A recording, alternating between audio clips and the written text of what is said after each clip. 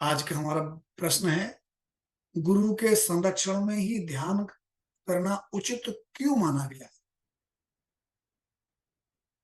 देखिए, प्रश्न तो बहुत अच्छा है, लेकिन क्या इस प्रश्न को करने में हमने कई चीजों का ध्यान रखा है या नहीं? इस पर भी विचार कर लेना चाहिए। सबसे पहले हम गुरु को क्या मानते हैं? अगर यह उत्तर स्पष्ट है, अगर गुरु शरीर है, क्या गुरु शरीर है, तो उसका संरक्षण में ध्यान करना, क्या यह इमेज आपके दिमाग में बनती है? या गुरु कोई एनर्जी है? अगर गुरु एनर्जी है, तो क्या उसके संरक्षण में ध्यान करना कोई अपमानजनक है? यद्यपि जो लोग श्रद्धा युक्त हैं, विवेक युक्त हैं, जिनके अंदर भक्ति भाव पर्याप्त मात्रा में है, ऐसे सभी लोग भौतिक शरीरधारी गुरु के संरक्षण में भी ध्यान साधना करने से अपनी कंपैरेटिव ज्यादा प्रोग्रेस कर जाते हैं। लेकिन मैंने यह देखा है कि आदमी अपनी कुतर्क के कारण, अपनी कम समझ के कारण गुरु को शरीर मान करके उसके संरक्षण के विरुद्ध लड़ना शुरू कर देता है। हमें लाभ भी चाहिए, हमें गुरु भी बनाना पड़े और गुरु का संरक्षण स्वीकार नहीं करना पड़े। हमें गुरु की एनर्जी चाहिए, यद्यपि वो एनर्जी ब्रह्मांडी एनर्जी है, लेकिन उस गुरु का शरीर उसका उसको चैनलाइज करता है। केवल गुरु के शरीर का इतना ही महत्व है। अगर आप ज्यादा श्रद्धालु हैं, ज्यादा समझदार हैं, ज्यादा विवेकवान हैं, तो आप यह मान सकते हैं कि गुरु के शरीर से वह ब्रह्मांडीय ऊर्जा उसके अहंकार से, उसके बुद्धि से, उसके मन से, उसके प्राण से, उसकी कर्मेंद्रिय और ज्ञानेंद्रियों युक्त इस शरीर से बाहर रेडिएट होती है। गुरु का शरीर उस ज्ञानमयी शक्ति का प्रकाश क्षेत्र है, उसका प्रवाह स्रोत है। हम उस शक्ति को उस शरीर के माध्यम से ही पकड़ सकते हैं। जो लोग इतने विवेकवान हैं, उन व्यक्तियों को गुरु के संरक्षण में रह करके ध्यान करने से उन्नति होगी। लौकिक ज्ञान को प्राप्त करने के लिए भी आपको अनुभव करता एक योग्य व्यक्ति चाहिए। स्पॉन्टेनियसली, नेचुरली, बिना किसी को ज्ञान दिए बहुत कम लोगों में ज्ञान उत्पन्न होता है।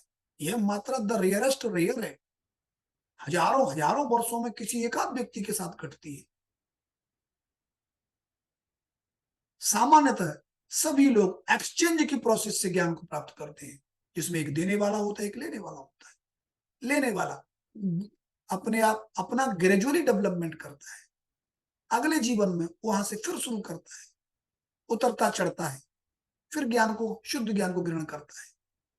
और यह प्रक्रिया एक जीवन, दो जीवन, 10, 20, 50, 100, 1000 जीवन नहीं, लाखों जीवनों तक, कल्पांत तक चलती है। अगर आप इस प्रक्रिया को छोटा करना चाहते हैं, तेज करना चाहते हैं, प्रभावशाली बनाना चाहते हैं, रिजल्ट ओरिएंटेड बनाना चाहते हैं, लक्ष्य की तीव्रता से प्राप्ति करना चाहते हैं, तो गुरु उसके लिए सर्वश्रेष्ठ उपाय है। और गुरु कैसा? शक्ति युक्त गुरु, समर्थ गुरु, जिस गुरु के अंदर की ब्रह्मांडीय शक्ति उसके संकल्प से, उसकी ज्ञानेन्द्रिय और कर्मेंद्रिय युक्त शरीर से बाहर बहने के लिए संकल्पित हो, ऐसा गुरु। हमने किसी को गुरु मान लिया है, वैसा गुरु नहीं, समर्थ गुरु, आध्यात्मिक चेतना के उच्चतम स्तर पर जो विराजमान होता है, वह व्यक्ति भी इस प्रकार की क्षमता नहीं रखता है। यह क्षमता बहुत कम लोगों में, ऐसे लोगों को ही गुरु माना जाता है जिनसे वह ब्रह्मांडी शक्ति रेडिएट होती रहती है। ऐसे गुरु के सानिध्य में बैठ करके ध्यान करने से ही आपको उचित लाभ मिलेंगे।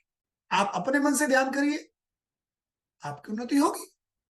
लेकिन क्या आपके अपने शरीर से वह शक्ति आपके मन, बुद्धि, प्राण और शरीर का अतिक्रमण करके स्वतंत्र रूप से बाहर बहने के लिए तैयार है? नहीं। अगर नहीं, तो आपको गुरु के संरक्षण में रह करके ही ध्यान करना चाहिए। ऐसा करने पर आप कम से कम समय में अधिक से अधिक लाभ पाएंगे।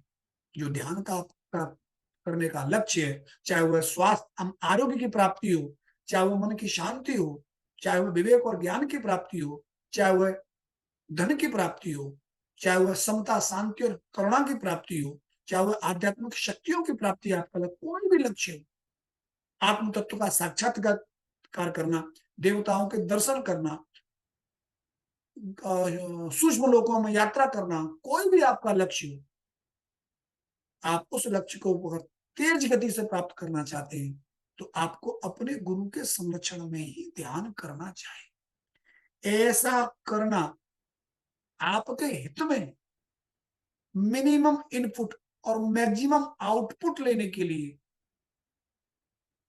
आपको यह करना ही पड़ेगा। पिछले असंख्य समय से, असंख्य कालों में, असंख्य युगों से यह क्रिया मानव जाति के बुद्धिमान व्यक्तियों के द्वारा की जा रही है।